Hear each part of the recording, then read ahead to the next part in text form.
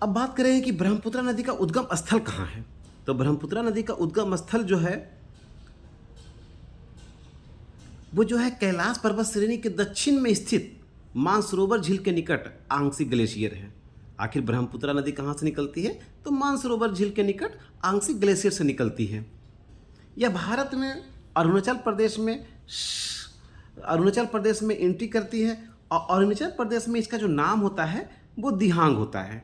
ये क्या होता है? अरुणाचल प्रदेश में क्या बोला जाता है? इसको दिहांग दिहांग कहा जाता है। और पासीघाट के निकट, यानी सदिया एक जिला है असम में, उसके पास एक पासीघाट जगह है, उसके निकट इसकी दो सहायक नदियाँ मिलती है।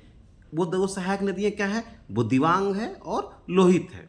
तो दिबांग और लोहित के मिलने से इसका नाम ब्रह्मपुत्रा पड़ जाता है।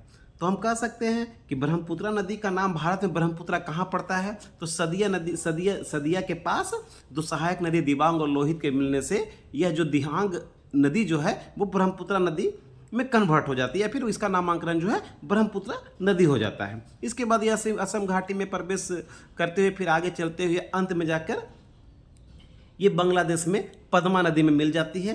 पद्मा कौन सी नदी है? बांग्लादेश में गंगा नदी को पद्मा कहा जाता है और ब्रह्मपुत्रा नदी को बांग्लादेश में जमुना कहा जाता है।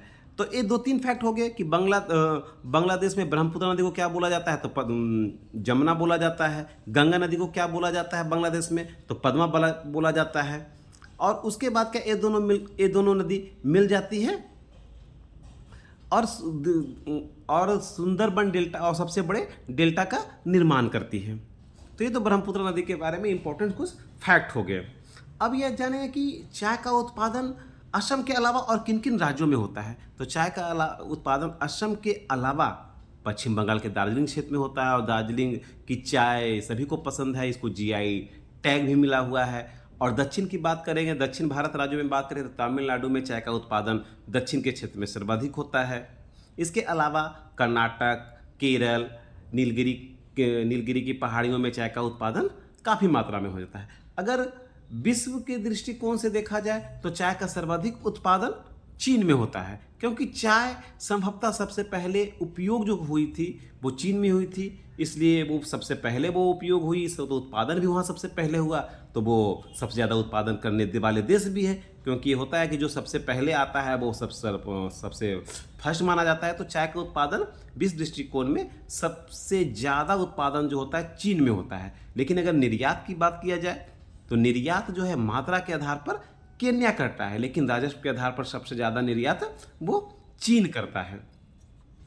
तो इससे 2-4 चाय से संबंधित जो भी फैक्ट्स है वो हमको लगता है एग्जामिनेशन पॉइंट ऑफ व्यू से कंप्लीट हो गया। हाँ, एक चीज़ हो सकता है कि चाय का उत्पादन जो है वो इन राज्यों में ही क्यों होता है। तो चाय का उत्पादन इन राज्यों में इसलिए होता है क्योंकि चाय की कुछ भौगोलिक दशाएं हैं जिनको पूरा करना जरूरी होता है, तभी वो उनका उत्पादन होगा, अन्यथा नहीं होगा। तो वो भौगोलिक दशाएं क्या है? सबसे पहला है कि जो क्षेत्र हो वो ढलाव होना चाहिए, क्योंकि पानी का जमाव चाय की खेती के लिए उचित नहीं है।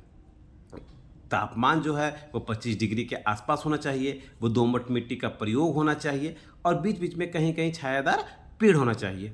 हाँ, अगर बिहार के संदर्भ में किया जाए तो कुछ साल से बिहार सरकार चाय के उत्पादन को प्रोत्साहन देने का कार्य कर रही है और बिहार के किशनगंज, पूर्णिया और कटिहार जिलों में चाय की खेती अपनी प्रारंभिक अवस्था में है और उनका उत्पादन शुरुआत हो चुका है।